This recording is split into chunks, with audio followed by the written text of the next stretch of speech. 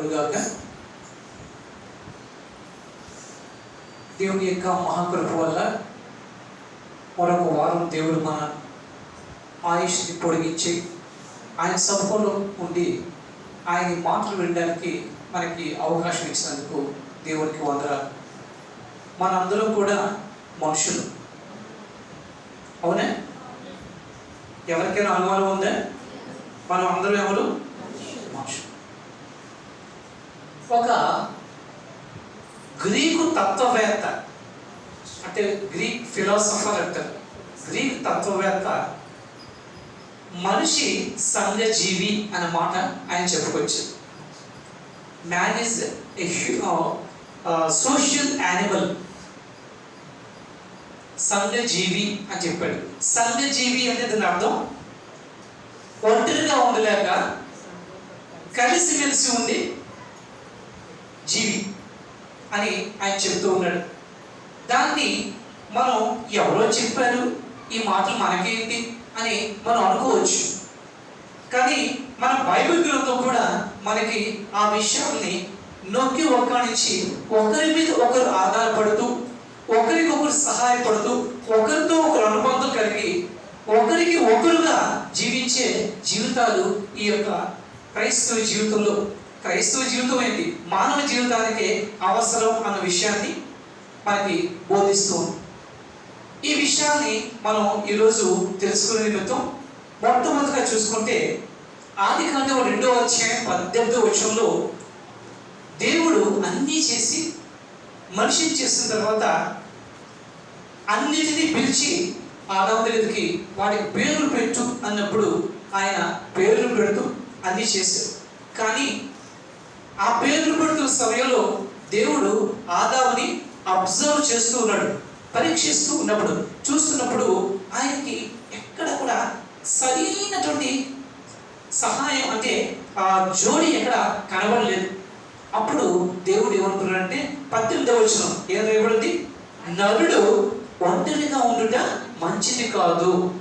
ఇంకా తర్వాత మనకి అక్కర్లేదు. ఇంకా ఏంటంటే మనం వేరే దీంట్లో వెళ్ళిపోతాం. కానీ దేవుని యొక్క ముఖ్య ఉద్దేశం ఏంటంటే నరుడు ఒంటరిగా ఉండడం మంచిది కాదు అనే విషయాన్ని ఆయన గుర్తు చేసుకున్నాడు.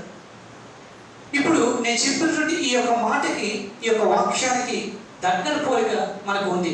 దేవుని యొక్క ప్రణాళికలోనే మనిషి ఒకరితో ఒకరు అనుబంధాలు కలిగి ఒకరికొకరు సాధ్య సహకారులుగా ఉంటూ ఒకరికొకరు అనుబంధం పెంచుకొని వెళ్ళాలి అనే విషయాన్ని కనబడుతున్నది. ఒంటరిగా ఉండుట మంచిది కాదు. ఆయన చేస్తున్న ప్రతి క్రియని కూడా ఆయన ఏమన్నాడు? మంచిది మంచిది మంచిది అని చెప్పాడు. కానీ ఎప్పుడైతే నరుడిని చేశాడో, నరుడు దగ్గరికి వచ్చేసరికి నరుడిని చూసి, ఆ పరిస్థితి చూసి నరుడు ఒంటరిగా ఉండట మంచిది కాదు, దేవుడు తరించాడు మంచిది కాదు అని. అందుకే ఆయన మరొక విషయంలో చెప్తున్నాడు. చూడండి, యోహాను సువార్త 15వ అధ్యాయము 12వ వచనం. యోహాను సువార్త 15వ అధ్యాయము 12వ వచనం. నేను మిమ్మల్ని ప్రేమించిన ప్రకారము మీరు ఒకరికొకరు ప్రేమించుకోవాలన్నది నా ఆజ్ఞ అని చెప్పంటాడు. దేవుడు మనల్ని ఏ విధంగా అయితే ప్రేమించాడో అలాగే మనం కూడా ఒకరినొకరు ప్రేమించుకోవాలి అని చెబుతూ, ఇష్టమైతే ప్రేమించుకోండి అన్నాడా? అక్కడ ఏం చెప్పాడు చివరన? ఇది నా ఆజ్ఞ. ఆజ్ఞ అంటే అనుసరించవలసింది, దానికి వేరే ప్రత్యామ్నాయం ఏమీ లేదు, అది పాటించి తేలవలసిందే. మనం ఒకరికొకరు ఆధారపడుతూ ఒకరికొకరు ప్రేమించుకున్నప్పుడే కదా కలిసి ముందుకు వెళ్ళగలుగుతాం. ప్రేమించుకోకుండా కలిసి ముందుకు వెళ్ళగలవా? వెళ్ళదు. అందుకే అంటున్నాడు ప్రసంగి గ్రంథంలో ఆమోసు గ్రంథం 3వ అధ్యాయం 3వ వచనంలో చూసుకున్నప్పుడు, ఆమోసు గ్రంథము 3వ అధ్యాయము 3వ వచనం చూసుకున్నప్పుడు ఆయన ఏమంటాడంటే, సమ్మతి లేకుండా ఇద్దరు కలిసి నడవగలరా? సమ్మతి లేకుండా ఇద్దరు కలిసి నడవగలరా? ఒకరికొకరు మంచి అండర్స్టాండింగ్ లేకుండా కలిసి జీవించగలరా? అంటే ఒకరి మీద ఒకరు ఆధారపడడం అనేది చాలా ప్రాముఖ్యమైనది, చాలా అవసరమైనది అనే విషయాన్ని దేవుడు గుర్తు చేస్తూ తన యొక్క భక్తుల ద్వారా, ప్రవక్తల ద్వారా కూడా మనకి తెలియజేస్తూ ఉన్నాడు. ఎందుకు అంటే మత్తయి సువార్త 18వ అధ్యాయము 19వ వచనంలో దానికి కారణం కూడా ఒక విషయం చెప్తూ ఉన్నాడు. ఎందుకు మనం ఈ విధంగా కలిసి ఉండాలి అనే విషయాన్ని చూడండి. మత్తయి సువార్త 18వ అధ్యాయంలో 19వ మాట, మీలో ఇద్దరు తాను వేడుకున్న దాన్ని దేని గురించినను భూమి మీద ఏకీభవించిన అది పరలోక బంధు నా తండ్రి వల్ల వారికి దొరుకునని. అంటే ఇద్దరు కలిసి ఏకీభవించి భూమి మీద ఏమడిగినా కూడా దేవుడు అనుగ్రహిస్తాడు. మనం అన్ని పొందుకోవడానికి కూడా మనం ఒకరి మీద ఒకరు సహవాసం కలిగి ఉండి, ఒకరి మీద ఒకరు ఆధారపడుతూ, ఒకరికి ఒకరుగా మనం జీవించవలసిన అవసరత ఎంతైనా ఉన్నది. ఇదే మాటని రాజైన సొలొమోను ప్రసంగి గ్రంథము 4వ అధ్యాయము 9వ మాటలో మరో రీతిగా చెప్తూ ఉన్నాడు. చూద్దామా? ప్రసంగి గ్రంథము 4వ అధ్యాయము 9వ వచనంలో ఒక మాట చెప్తాడు, ఇద్దరి కష్టము చేత ఉభయులకు మంచి ఫలము కలుగును కనుక ఒంటిగా ఉండుట కంటే ఇద్దరు కూడి ఉండుట మేలు. అంటే నాకు ఎవరక్కర్లేదు, నేనే అని ఒంటరిగా ఉంటే అవి ఏమవుతుంది? అది మంచిది కాదు. అది విచారానికి కూడా దారితీస్తుంది, నిరాశకి దారితీస్తుంది, నిరుత్సాహానికి దారితీస్తుంది. కీర్తన గ్రంథంలో కూడా ఉంటుంది, ఇంటి మీద ఒంటరి పిచ్చుకను నేను. ఒంటరి పిచ్చుక ఏం చేస్తూ ఉంటుంది? విలపిస్తూ ఉంటుంది. ఆ విలాపం లేకుండా సంతోషంతో ఉండాలని, మనం ఒకరికి ఒకరు కలిసి ఉండాలని చెప్పి దేవుని యొక్క ఆశ. ఎందుకు అని మనం మరోసారి చూసుకున్నప్పుడు, అందుకే మనం ఏం చేయాలంటే ఫిలిప్పీయులకు రాసిన పత్రిక 2వ అధ్యాయము 4వ వచనం చూసుకున్నప్పుడు, ఫిలిప్పీయులకు రాసిన పత్రిక 2వ అధ్యాయము 4వ వచనం చూసుకున్నప్పుడు అక్కడ ఏం చెప్తున్నాడు అంటే, మీలో ప్రతి వాడును తన సొంత కార్యములు మాత్రమే కాక ఇతర కార్యములు కూడా చూడవలను. నాకు నేరుగా నా పని చూసుకోవడం కాదు, కానీ ఇతరులు వాడు నా పని, నేను వాడి పని, ఒకరికొకరు చేయి కలిపి ఒకరి పనులు ఒకరు చేసుకుంటుంటే ఏమవుతుంది? పని సులువు అవుతుంది, సంతోషం అభివృద్ధి చెందుతుంది. అవునా కదా? ఇలాగా ఒకరికి ఒకరు కలిసి, ఒకరి మీద ఒకరు ఆధారపడుతూ, ఒకరి కొరకు ఒకరు మనం జీవించాలి. ఇదే అందుకే ఆ గ్రీక్ తత్వవేత్త అంటాడు, మనిషి సంఘజీవి. సంఘంలో, సమాజంతో ఈ యొక్క ఐక్యతో, సహవాసంలో జీవించేవాడు. ఈ రీతిగా మనం జీవించినప్పుడే మన జీవితం ఆనందమై. ఒంటరిగా నాకు ఎవరు అక్కర్లేదు, నేను ఒంటరి వాడిని, నాకు దేవుడు ఉన్నాడు, నాకు చాలు అనుకుంటే చాలు. మనం ప్రతి సమయంలో, ప్రతి పరిస్థితుల్లో కూడా ఒకరి మీద ఆధారపడుతూ మనం ఉండి ముందుకి వెళ్ళవలసిందే జీవితం. అవునా కదా? జీవితం చరమాంసం కూడా మనకి ఈ విధంగానే ఉండాలి. అందుకే దేవుడు ఈ అవసరతలు గుర్తుంచుకొని సృష్టిలోని ఈ అనుబంధాలను పెట్టాడు. ఈ అవసరతని గుర్తు చేసుకుంటూనే దేవుడు అనుబంధాలను పెట్టాడు. ఈ అనుబంధాల్లో ఒకరి మీద ఒకరు ఆధారపడుతూ జీవించే అనుబంధం ఏమిటి అంటే, 1 భార్యాభర్తల జీవితం, 2 స్నేహితులు. 1 భార్యాభర్తలు, 2 స్నేహితులు. భార్యాభర్తలు కూడా ఒకరి మీద ఒకరు ఆధారపడి వారు ముందుకు వారి జీవితాన్ని కొనసాగించినప్పుడే ఆ సంసార బండి సాఫీగా నడుస్తూ ఉంటుంది. ఎత్తు ఎండకి దూడ నేడకి అన్నట్టు వెళ్తే ఏమవుతుంది? ఇప్పుడు కూడా అది పంచి. అలాగే స్నేహితులు కూడా, ఇప్పుడు రాముడు చెప్పిన రీతిగానే నా అవసరం వచ్చి నేను ధర్మాన్ని ఇలాగా అడిగి, అంటే ఒక అవసరతలో ఒకరినొకరు ఆదుకోవడానికి, ఒకరి మీద ఒకరు ఆధారపడడానికి, ఒకరికొకరు సహాయం చేయడానికి, ఇద్దరిలో కూడా ఒక ఐక్యత అనేది ఉండాలి. స్నేహితులు. అందుకే ఈ 2 బంధాలు కూడా చాలా ప్రాముఖ్యమైనవి. భార్యాభర్తల బంధం, అలాగే స్నేహితుల బంధం. అందుకే ఏం చెప్తున్నాడంటే, అపోస్తలుడైన పౌలు హెబ్రీయులకు రాసిన పత్రిక 10వ అధ్యాయము 25వ వచనంలోని మళ్ళీ ప్రేరణ కలగజేయడానికి కొన్ని మాటలు చెప్తున్నాడు. చూద్దాం ఈరోజు ఆ మాటలు ఏమిటా అని మనం ఆలోచించుకుందాం. హెబ్రీయులకు రాసిన పత్రిక 10వ అధ్యాయంలో 25వ మాట, కొందరు మానుకొనున్నట్లు మానుకొనక సమాజముగా కూడుకుంట మానక ఒకరినొకరు హెచ్చరించుకుంటూ ఆ దినము సమర్పించుట కొద్ది చూచిన కొద్ది మరి ఎక్కువగా అలాగూ ఎలాగ చేయొచ్చు, ఒకరికొకరు కూడుకొనచ్చు, ఒకరికొకరు హెచ్చరించుకుంటూ, ఒకరికొకరు సహాయం చేసుకుంటూ, ప్రేమ చూపుటకును సత్కార్యములు చేయుటకును ఒకరికొకడు పురికొల్పవలెనని. అది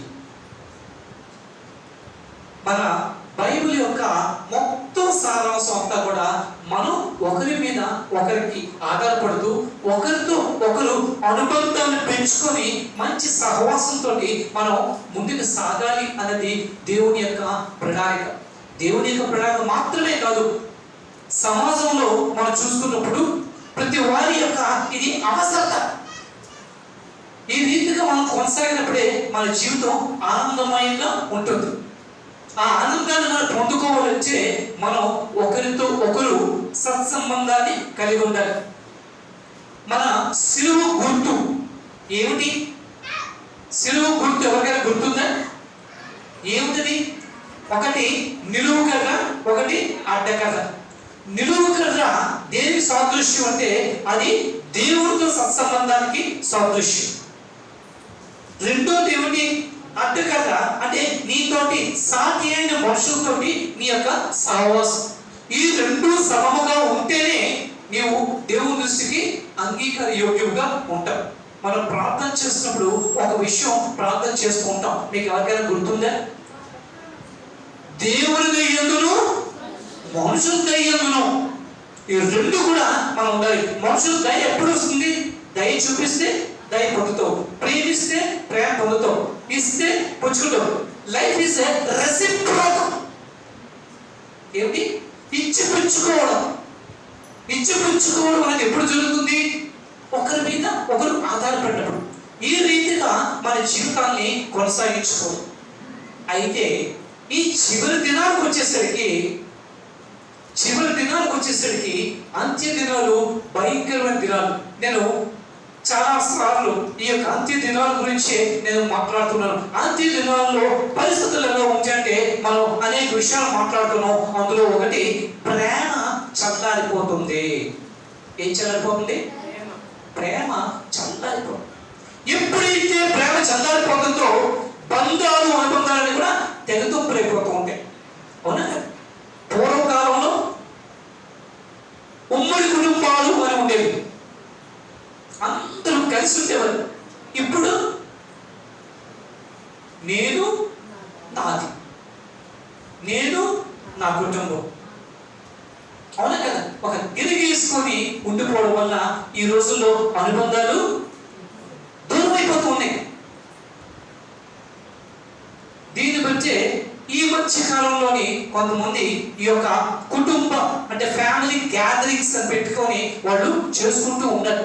చాలా చోట్ల చూసాం ఫ్యామిలీ గ్యాదరింగ్స్, అలాగే క్యాస్ట్ గ్యాదరింగ్స్, లేదంటే ఇంకే గ్యాదరింగ్, ఇంకా అంటే ఒకరికొకరు కలుసుకోవాలని మళ్ళీ ఆ తాపత్రయాలు. అయితే అది ఎంతవరకు ఉంటున్నదంటే ఆ రోజు ఫంక్షన్ అయ్యే వరకే. మళ్ళీ ఎవరింటికి వెళ్ళిపోతే వాళ్ళు ఎవరి గోల వాళ్ళది.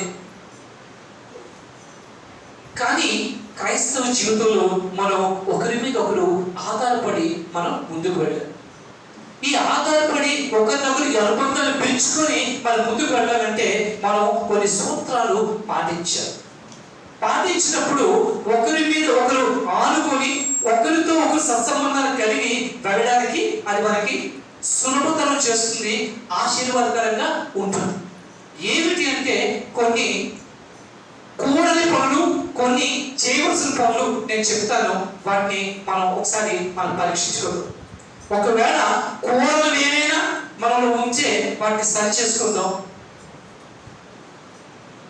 చేయవలసినవి మనం మెండుగా ఉంటే సభాష్ అని మనం అనుకుంటాం. అర్థమైందే? ముందు కూడలివి అని నేను చెప్తాను.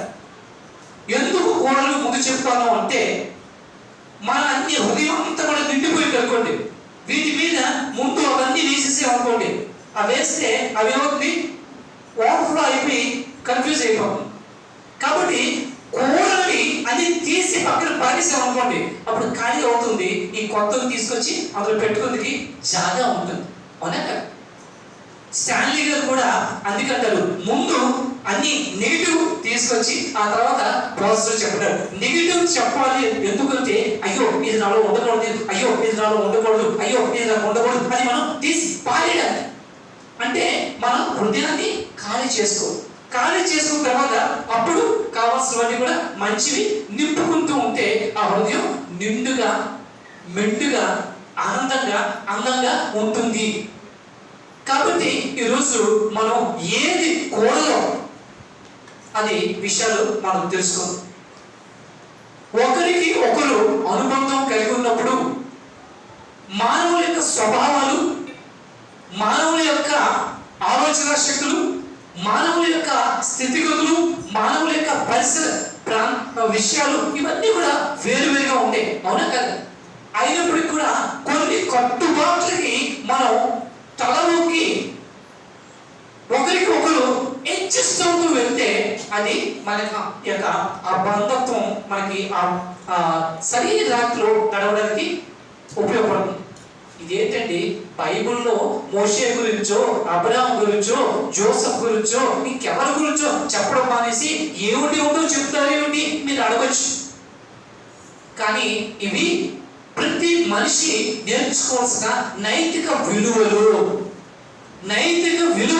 ప్రాముఖ్యంగా క్రైస్తవులకి మెండుగా ఉండాలి. ఎందుకంటే శాస్త్రుల నీతిగతులు, పరిశీలన నీతిగతులు, నీ నీతి అధికము కాని అలా నీవు పరలోకంలో ప్రవేశించలేవు. ఆ నైతిక విలువలు మనం పాటించవలసిన బాధ్యత మనది.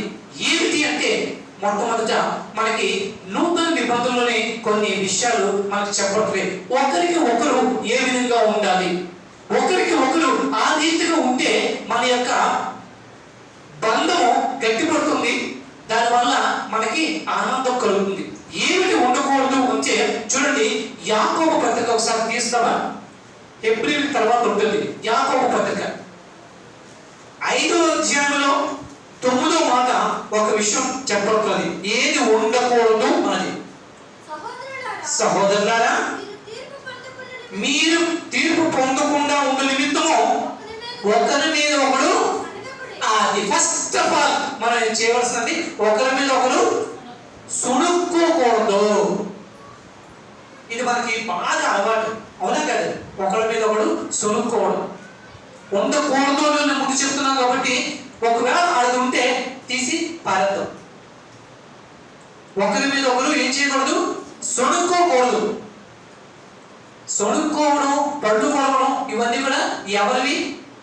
అపవాది యొక్క క్రియలు. ఒకరి మీద ఒకరు సొడుక్కుంటే ఏమవుతుంది, ఎదుర్కొంటూ కనబడితే మంచోడు మంచోడని కౌగిలించుకుంటారు. తర్వాత అవునా కదా? తర్వాత వాళ్ళ పనులు వీళ్ళకి నచ్చగా, వీళ్ళ పనులు వాళ్ళకి నచ్చగా మొహమాటాన్ని అనుకొని తర్వాత సొడుక్కొని, అవునా కదా? ఉన్నాయి కదా? కాబట్టి మొట్టమొదటి ఒకరి మీద ఒకరు సొడుక్కోకూడదు.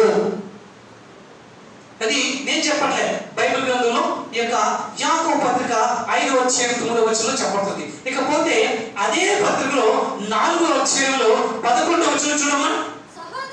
సహోదరులారా, ఒకరికి విరోధంగా ఒకరు మాట్లాడొద్దు. మనందరికీ బాగా అలవాటు, ఎదురుగా ఉంటున్నప్పుడు ఎంతో చక్కగా మాట్లాడేస్తాం. అప్పుడు వీపు తిప్పేశాడు కల్లా వాడి గురించి, అవునా కదా? ఈ స్వభావం ఉందా లేదా? ఉంటే మన అనుబంధాలు సరిగా నడవు. నేను ఒకరి మీద చాడీ చెప్పాను అంటే నీ మీద చెప్పకుండా ఉంటానా? నువ్వు వింటున్నావు కదా, నీ మీద చెప్పకుండా ఉంటాను. నువ్వు వెళ్ళిపోయిన నీ గురించి ఇంకోటి చెప్తున్నా లేదా?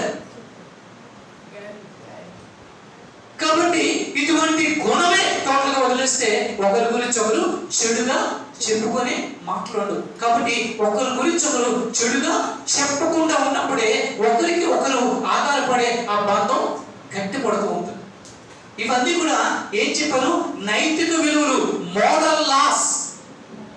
బైబిల్ అంతా కూడా ఎప్పుడు కూడా moral laws, civil laws, ceremonial laws అని 3 యొక్క పద్ధతులు ఉన్నాయి. అంటే నైతిక విలువలు, సైద్ధాంతిక విలువలు, అలాగే సాంప్రదాయ విలువలు అని ఈ 3 విలువల్ని బోధించేదే బైబిల్. ఇందులో మనం ఈ నైతిక విలువల్ని మనం చూస్తాం. ఈ నైతిక విలువల్లో ఇది ఒకరి మీద ఒకరు ఆధారపడే అనుబంధాన్ని పెంచుకునేది. మొదటిది, ఒకరి గురించి ఒకరి మీద ఒకరు సొడుక్కోకూడదు. రెండోది, ఒకరి గురించి ఒకరు చెడు మాటలు మాట్లాడుకోకూడదు. వాళ్ళు వెళ్ళిన తర్వాత నీకేమైనా కోపం ఉంది, నీకేమైనా అనుమానం ఉంది, మొహం మీద అడిగి నేను మొహమాటంగా. అంతేగాని మనిషి ముందు మంచి సంపాదించుకోవడానికి పోడేసి వెనక్కి తిరిగిన తర్వాత చెడుగా మాట్లాడడం అది మంచిది కాదు. మనుషులు మీరు పంపవచ్చు, కానీ చూస్తున్నాడు ఆయన. ఎవరు? ఆయన చూస్తున్నాడు. ఆయన దృష్టిలో నువ్వు చెడ్డవాడు అయిపోతావు సుమా. కాబట్టి అటువంటి గుణం ఉందేమో చూసుకోండి. ఇక 3వది, కొలస్సీయులకు రాసిన పత్రిక 3వ అధ్యాయంలో 9వ మాట. ఒకరితో ఒకడు అబద్ధములాడకుడి. ఏంటి ఒకరితో ఒకడు? ఈ రోజుల్లోని ఇది చాలా ఎక్కువైపోయింది. అప్పటికప్పుడు తప్పించుకోవడానికి మనం అబద్ధం ఆడడం చాలా సహజం అయిపోయింది. అవునా కదా? కానీ అబద్ధమాడు నాలుక క్షణమాత్రమే ఉండరు, నిజమాడు నాలుక నిత్యము నిలుచును. కాబట్టి ఒకరితో ఒకరు అబద్ధం ఆడితే అది ఆ బంధం ఎన్నాళ్ళో కొనసాగదు. అబద్ధాలు నిలబడవు. ఒక అబద్ధానికి అప్పించుకోవడానికి ఇంకో అబద్ధాలు ఆడవలసి వస్తుంటుంది. ఇది జీవితం అంతా చూస్తుంటే ఏమవుతుంది? అబద్ధాల జీవితం అయిపోతుంది. తర్వాత మా కోరుకోళ్ళు ఎవరు పిలిచినట్టు అలాగే పిలుస్తారు. ఎవరు పిలిచేవారు? అబద్ధ, వాడి పేరే అబద్ధం. అవునా కదా? అలాగే అయిపోతుంది. అలాంటి జీవితాలు మనకి ఉండకూడదు అని చెప్పి చెప్పబడుతుంది. ఇకపోతే ఇంకోటి చూద్దాం. మొదటి కొరింథీయులకు రాసిన పత్రిక 11వ అధ్యాయము 33వ వచనం. మొదటి కొరింథీయుల పత్రిక 11వ అధ్యాయంలో 33వ వచనం. కాబట్టి సోదరులారా, భోజనము చేయుటకు మీరు కూడి వచ్చినప్పుడు ఒకరినొకరు కనిపెట్టుకొని ఉండడి. కనిపెట్టుకొని ఉండడి అంటే ఇక్కడ దేని గురించి చెప్తానంటే భోజనం గురించి చెప్తుంది. ఇక్కడ ఈ యొక్క పరిస్థితులు అంతా ఏంటంటే, ఇజ్రాయెల్ యొక్క సాంప్రదాయ ప్రకారం వాళ్ళు ఎప్పుడైతే వాళ్ళు ఈ పస్కా భోజనానికి ఏర్పాటు చేస్తారో అక్కడ అన్ని బీద బిక్క అని ఏ తేడా కూడా అందరూ కలిసి భోజనం చేయవలసిన పరిస్థితి వచ్చినప్పుడు ఈ సద్దుకాయలు పరిశీలు వాళ్ళు ఏం చేసేవారంటే ముందుగా వచ్చి వాళ్ళు తినేసేవారు, వచ్చే వాళ్ళ గురించి మానేసేవారట.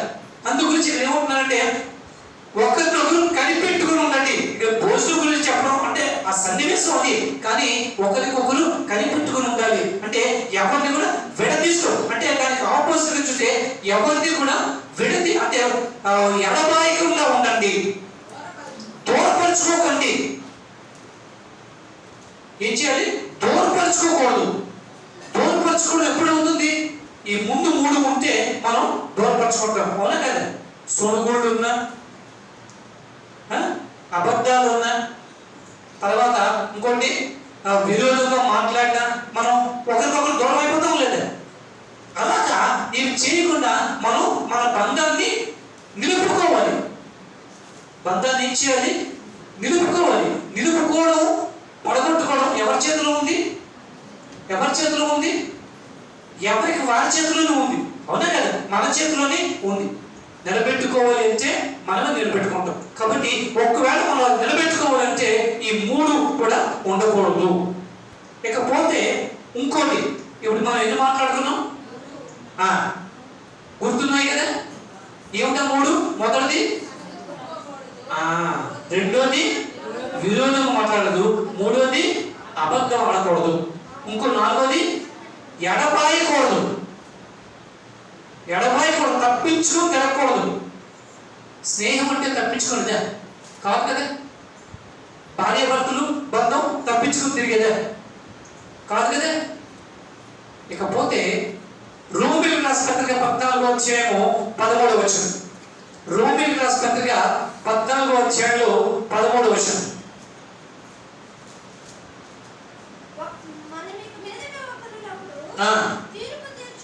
అది మనం ఇక మీదట ఒకరికొకరు తీర్పు తీర్చుకోకుండా ఉండాలి.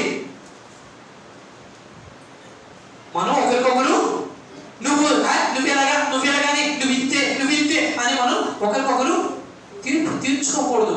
తీర్పు తీర్చేవాడు ఎవరు? మనం ఒకరికొకరు తీర్పు తీర్చుకోకుండా ఉంటే మన బంధం ఏమవుతుంది? గట్టిపడు. కానీ ఈ పై చెప్పినవన్నీ కూడా మన అందరిలోని కూడా ఎక్కడో దాగి ఇలా చూస్తున్నాయి. అవునా కాదు? లేదు అంటే వాళ్ళంతా అబద్ధం ఇంకెవరు లేరు. ఇవన్నీ కూడా ఉన్నాయి. ఉన్నవి మూట కట్టి దాచుకోవాలా, మూట కట్టి పారేయాలా? అది పారేయడానికి మనం ప్రయత్నించాం. ఇకపోతే ఇంకోటి, అదే రోమీయులకు రాసిన పత్రిక 13వ అధ్యాయంలో 8వ మాట చూడమా. ఒకరికొకరు ప్రేమించిన విషయంలో తప్ప మరి ఏమీ ఎవరికి అచ్చి ఉండొద్దు, అంటే రుణపడి ఉండొద్దు. చాలా మందికి ఏముంది, ఇంత ముందు నేను ఒకసారి చెప్పాను, మా ఇంటికి వస్తే ఏం తెస్తాం, మీ ఇంటికి వస్తే ఏం పెడతాం. ఈ తత్వం ఉంది కదా, అవునా లేదు? ఇది ఏంటంటే అవతల వాళ్ళు దోచుకుంటే ఒకసారి మనం తెచ్చవలసి వస్తుంది కదా. ఎట్టి పరిస్థితి నువ్వు ఏం విత్తుతావో, అవునా కదా? నువ్వు వీళ్ళు మోసం చేశాడు, నిన్ను మోసం చేసాడు, ఇంకోరు ఉంటారు, అవునా కదా? కాబట్టి ఇక్కడ ఏం చేయాలి? కేవలం ప్రేమే మనం రుణపడి ఉండాలి తప్ప దేనికి కూడా రుణపడి ఉండకూడదు. ఈ విషయాన్ని బాగా నేర్చుకోండి, పప్పు దగ్గర నేర్చుకోవచ్చు. ఏది కూడా ఎవరైనా ఇంత ఇస్తే ఇంత ఇచ్చేస్తుంది, దానికి తిరిగి దాచుకోదు. 4 పచ్చిమిరపకాయలు మా కింద వాళ్ళ ఇంట్లో తెచ్చిందంటే 7 పచ్చిమిరపకాయలు ఇచ్చేస్తుంది. అమ్మ మీరు ఎందుకండి అంటే ఊరుకోదు. అంటే నేను ఒక చిన్న ఎగ్జాంపుల్ చెప్పాను.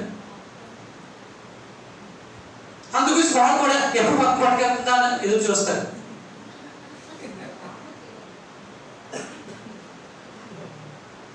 అలాగా మనం కేవలం ప్రేమే రుణపడి ఉండాలి తప్ప ఇక దేంట్లో కూడా మనం రుణపడి ఉండకూడదు. ఎప్పుడైతే ప్రేమ తప్ప ఇక ప్రతిలో కూడా అవతల వాడి మీద వారిపోతుంటే వాడిని ఏమంటారు? మిస్టర్ వాలి. ప్రత్యేక వాడిపోతూ ఉంటాడు, అవునా కదా?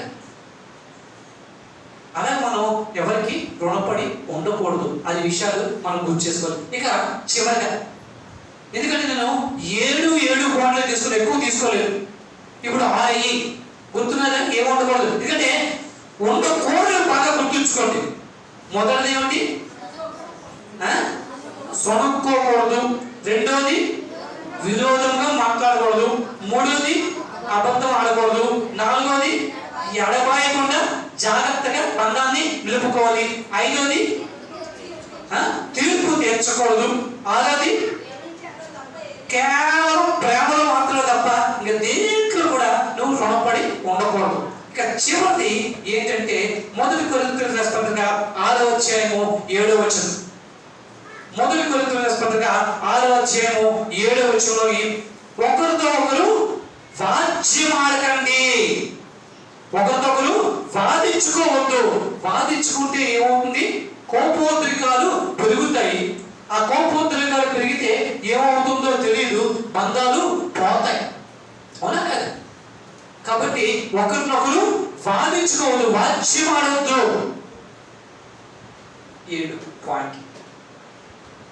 7 పరిపూర్ణమైన సంఖ్య కాబట్టి 7 నేను చెప్పాను. ఈ 7 మనలో ఉన్నట్లయితే ఒక్కసారి మనం వాటిని తీసి పక్కన పెడతాం. ఒకసారి మనం పరీక్షించుకుందాం.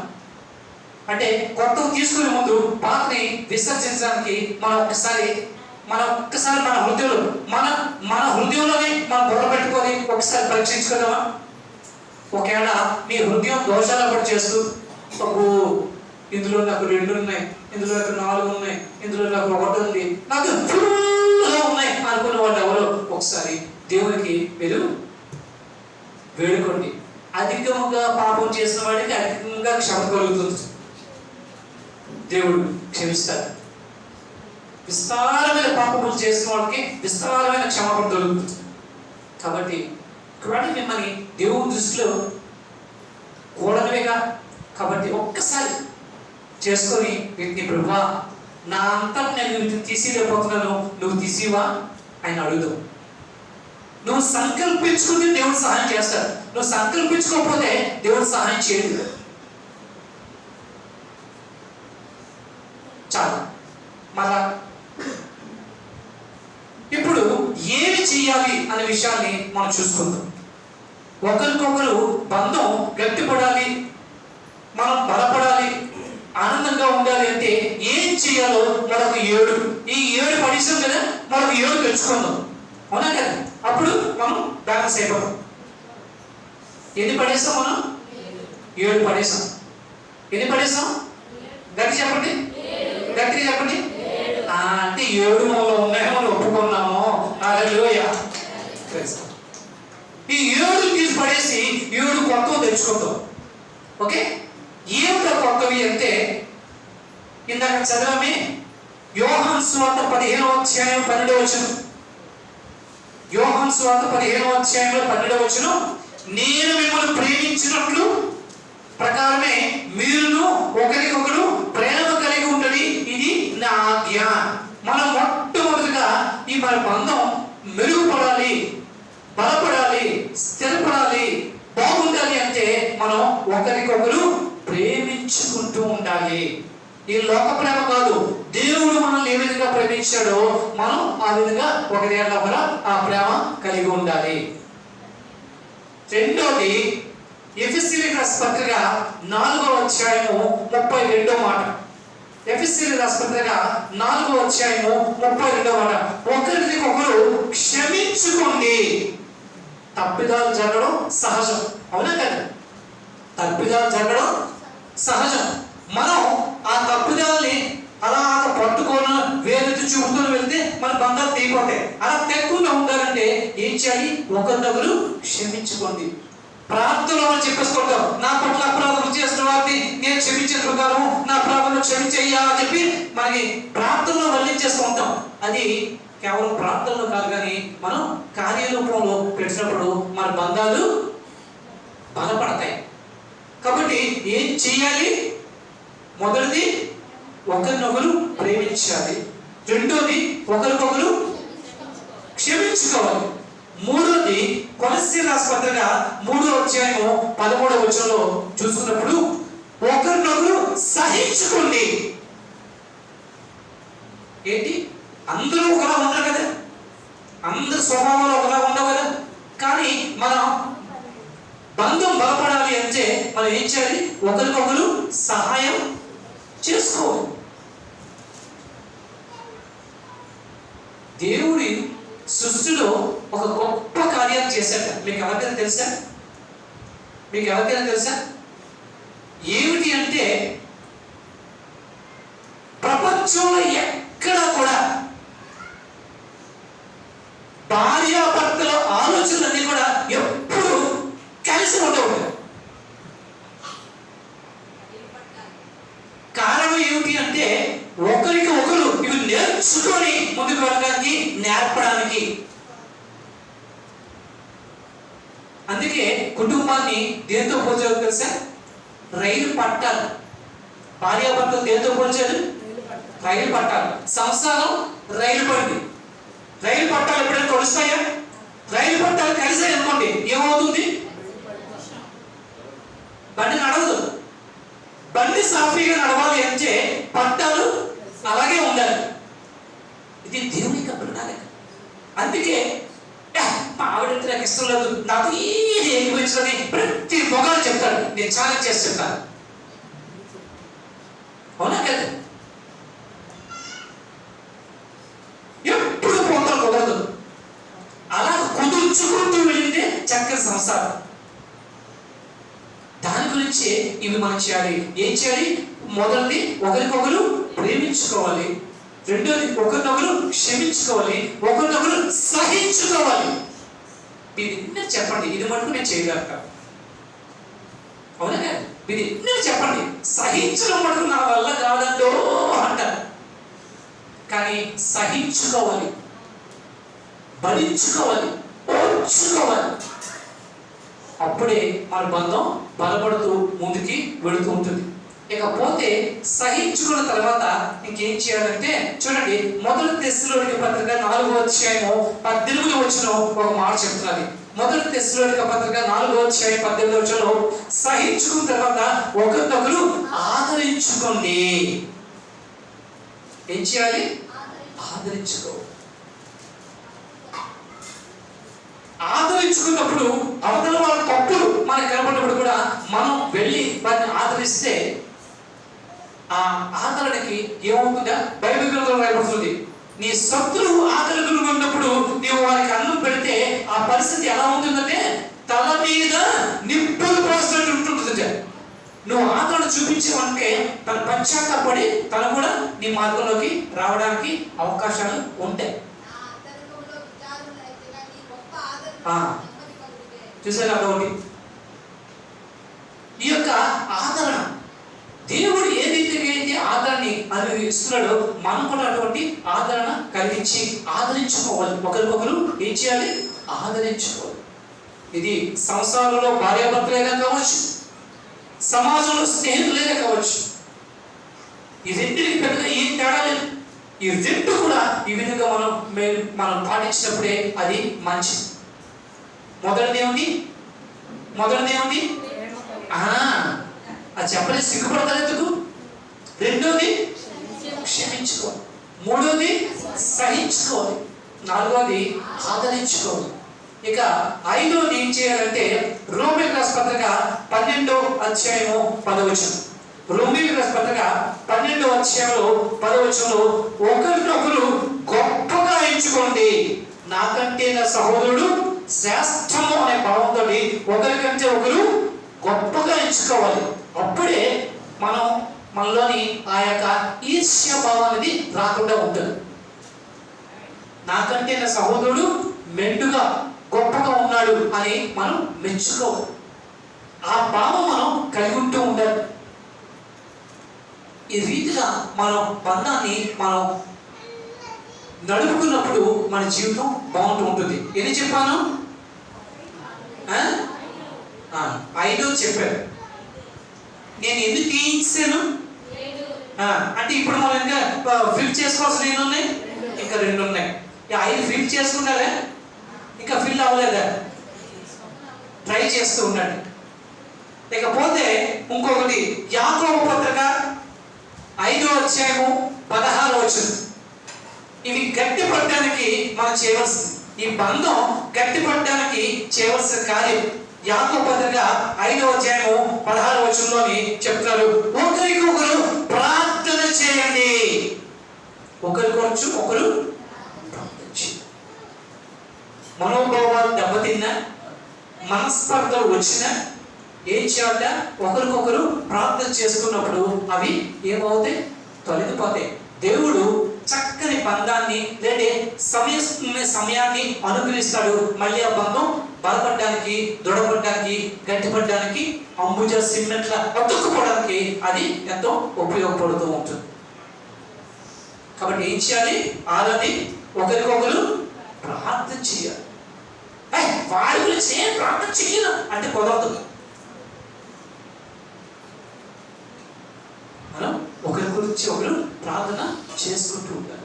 ఇకపోతే 7వది చివరిది ఏంటంటే రోమీయులకు రాసిన పత్రిక 12వ అధ్యాయము 16వ వచనం. రోమీయులకు రాసిన పత్రిక 12వ అధ్యాయంలో 16వ వచనంలోని ఒక మాట రాయబడుతుంది. అదేంటంటే ఒకరి ఎడల ఒకరు మనస్సు కలిగి ఉండుడి. ఒకరి ఎడల ఒకరు మనస్సు అంటే ఇద్దరు మనసులు కలుపుకొని వెళ్ళినప్పుడు ఏమవుతుంది? చక్కని బంధం ఏర్పడి ఒకరికొకరు కలిసిమెలిసి ఉండే అవకాశాలు ఉంటూ ఉంటాయి. మనసు కలుపుకోవాలి. ఒక్కొక్కసారి మనసుకు నచ్చదు కొన్ని విషయాలు, కానీ అప్పుడు ఏం చేయాలి? మనసులో కలుపుకోవాలి, కలిగి ఉండాలి. అవతల వాడి మనసు, అవతల వాడు ఏం ఆశిస్తున్నారో ఆ రీతిగా మనం వారికి అనుకూలంగా మనం మార్చబడినప్పుడు వాడు మనల్ని దగ్గర చేర్చుకుంటారు. అవునా కదా? అలాగా ప్రతి వాళ్ళు ఆలోచిస్తే ఒకరి మనసు ఒకరు తెలుసుకునే వారే కదా, ఒకరికి ఒకరు ఆదరించుకునేవారుగా, ఒకరినొకరు ప్రేమించుకునేవారుగా, ఒకరినొకరు క్షమించుకునేవారుగా, ఒకరినొకరు సహించుకునేవారుగా, ఒకరినొకరు గొప్పగా ఎంచుకునేవారుగా. ఈ రీతిగా ఉన్నప్పుడు ఏమవుతుందంటే మన యొక్క ఈ యొక్క అనుబంధం బలపడుతూ ఉంటుంది. ఇవన్నీ కూడా మానవ జాతికి ముఖ్యంగా క్రైస్తవులు, దేవుని బిడ్డలు అనుకున్న మనలో ఈ దైవిక గుణాలు, ఈ యొక్క నైతిక విలువతో కూడింది మనలో ఉన్నట్లయితే అది మన అనుబంధాన్ని పెంచుతుంది, మన సహవాసాన్ని బలపరుస్తుంది. సహవాసంతో మన దేవుని దగ్గరికి వెళ్ళడానికి అవకాశం ఉంటుంది. ఈ రీతిగా ఒకరికి ఒకరు ఉండకూడదు తీసి ఉండవలసిన పెంచుకొని ముందుకు నడుస్తూ ఉంటే ఇహలోకమే పరలోకంలో ఉంటుంది. ఇహలోకమే పరలోకంలో ఉంటుంది. మనం పరలోకం వెళ్ళిపోతాం మనం అంటున్నాం. పరలోకాన్ని ముందు ఇక్కడ మనం అనుభవించి అక్కడ వెళ్తే అది మంచిది. ఈ అనుభూతి ఎక్కడ కలుగుతుందంటే మనం ఒకరి మీద ఒకరు ఆధారపడుతూ, ఒకరితో ఒకరు అనుబంధాలు కలిగి, ఒకరితో ఒకరు బంధాన్ని దృఢపరుచుకుంటూ, ఈ నైతిక విలువల్ని మనం పెంచుకుంటూ మనం వెళ్ళినప్పుడు ఆనందం ఉంటుంది. ఎంతసేపు ఒకరి మీద అలాగా సొడుక్కుంటూ పడుకుంటూ చిరాకు పడుతూ చేస్తూ ఉంటే ఏమవుతుంది? తన కోపమే తన అవునా కదా? ఆనందమే ఆరోగ్యం. అవునా కదా? ఎవరైతే ఎక్కువగా నవ్విస్తూ ఉంటారో వారికి ఆరోగ్యం ఎక్కువగా ఉంటుంది. మత్సరము ఎముకలకి కుళ్ళు, అవి ఏం చేస్తే కొరికేస్తూ ఉంటాయి, కుసించిపోతారు. అందుకే కొంతమంది మొహం చూస్తే ఏంటి మొహంలో జీవం లేదు అంటారు. ఏంటి మొహంలో ఏం లేదు? ఎందుకంటే పుట్టాడు, దుఃఖంతో ఉంటాడు. అవన్నీ ఎక్కడ కొని తెచ్చుకున్నాడు వాడితో. రొసల్స్ వాడుతున్న వాళ్ళు ఉంటారు కదా, చూసారా? మా ఆవిడ నన్ను ఎప్పుడు అంటూ ఉంటుంది ఇంట్లో, ఎందుకు అలా మొహం పెట్టి ఉంటావు అని.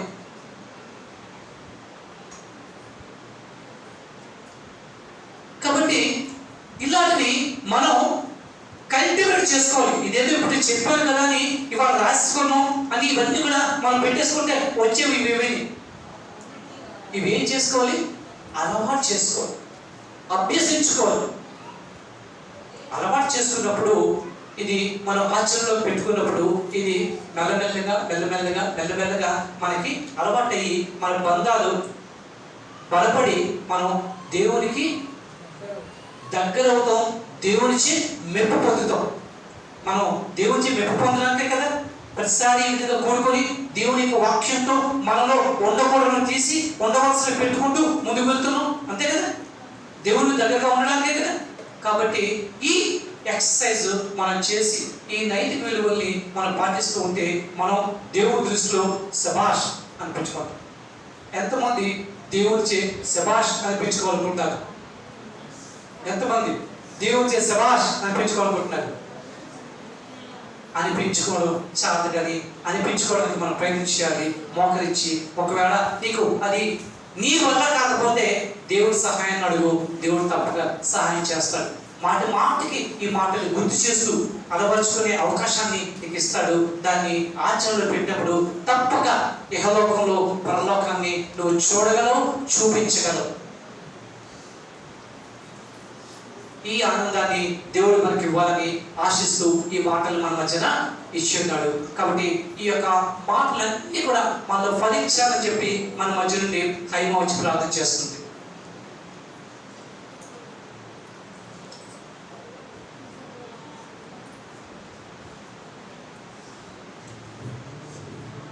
మమ్మల్ని మిక్కిలిగా ప్రేమించిన మా ప్రియ బలకు తండ్రి నీకు వేలాది వందనాలు స్తుతులనైనా. మా గొప్ప దేవుడు, ఆశ్చర్యకరుడు, అద్భుతకరుడు, ఆలోచనకర్తమైన మా దేవ నీకు వందనాలు చెల్లించుకుంటున్నాం నాయన.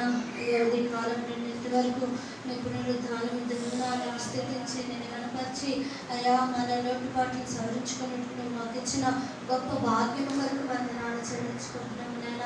అయ్యా ఇగోనైనా పాటల ద్వారా నేను ఆమె పంచిపెట్టానైనా, ఇగోనైనా ఆరాధన ద్వారా, వాక్యం ద్వారా మాతో మాట్లాడాం. అవును తండ్రి, నువ్వెంత గొప్ప దేవుడు అయా. దావీదు కీర్తన ద్వారా అయా ఉన్న దావీదు ఏ విధంగా అయితే నిన్ను స్తుతించగలుగుతున్నాడో మేము కూడా అటు రీతిగా నిన్ను స్తుతించి నువ్వు చేసిన కార్యములు అయా నన్ను ఎంతో గొప్పవని అనుక్షణం మేము తలపోసుకొని నిన్ను స్తుతించి నేను కనపరిచేవారుగా మమ్మల్ని నుంచి మనం వేడుకుంటున్నాము దేవా. పరిశుద్ధాత్మ దేవుడానికి వందనాలు. వాక్యము నీ దాసుని ద్వారా మాతో మాట్లాడవుతుంది. ఇదిగోనైనా అంత్య దినములో ఉన్నాము అయా, భయంకరమైన దినములో ఉన్నాము అని తెలిసి కూడా అయా మా పాత జీవితాన్ని మేము విడిచిపెట్టగా ఈ లోకానుసారమైన జీవితాన్ని మేము జీవిస్తున్నాం. నేను మరొకసారి అయా మమ్మల్ని ప్రేమించి ఈ దాసుగా విత్తబడిన వాక్యమును బట్టి నీకు వందనాలు చెల్లించుకుంటున్నాము దేవా. తండ్రి అయా మా బంధము ఈ లోకంలో భార్యాభర్తల బంధము కానీ, స్నేహితుల బంధం కానీ ఒకరినొకరు అయా బంధాలు గొప్ప అద్భుతమైనవి. ఆ రెండింటిలో మేము సఖ్యంగా ఉండగలిగితే, ఐక్యతగా ఉండగలిగితే అయా కోనైనా అనేక మంది నీలో మేము నడిపించగలుగుతాము దేవా. అగా మా కుటుంబాలు అనేక మందికి ఒక మాదిరికరమైన జీవితాన్ని చూపించగలుగుతాము దేవా. అవును నాన్న, నీ వాక్యం ఎంతో సత్యమైనది తండ్రి. నీ వాక్యం రెండంచెలు గల ఖడ్గము వంటిది అయా. నీ వాక్యం మా జీవితములకు వెలుగుగా దీపముగా నైనా నడిపిస్తుంది తండ్రి. నీకు వందనాలు చెల్లించుకుంటున్నాం నాన్న. ఇగోనైనా మా కూడా క్రైస్తవులుగా ఉన్న మా జీవితాల్లో అయ్యా నేను ఐక్యత లేదు నాయన. ప్రేమించుకోలేకపోతున్నాము, సహించుకోలేకపోతున్నాము నాయన. అయ్యా నైనా సహించుకోలేకపోతున్నాము తండ్రి. అయ్యా గొప్ప దేవుడానికి వందనాలు చెల్లించుకుంటున్నాము నాయన. ఇటువంటి లక్షణాలు మేము ఒకరినొకరు ఆదరించలేకపోతున్నాం, కష్టంలో ఉన్నప్పుడు వారిని బలపరచలేకపోతున్నాము దేవా.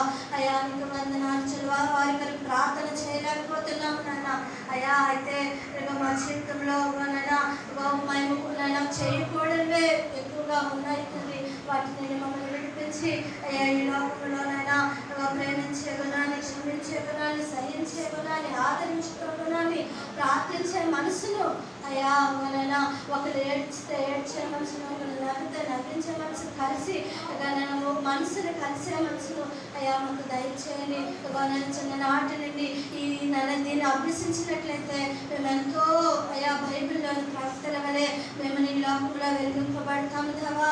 అయ్యా అనేక మందిని మా ముందు అయ్యా నువ్వు ఉంచావు, భక్తి పరులను అయ్యా ఇవన్నీ ఇక్కడే విడిచిపెడుతున్నాము. కానీ మా జీవితంలో దాని ప్రకారం అనుసరించలేకపోతున్నాము తండ్రి. అయ్యా నిజమైన భక్తిని, నిజమైన అన్యులు తండ్రి వారి భక్తి నన్ను వ్యర్థమైనప్పటికీ వాళ్ళు ఎంతో అయ్యా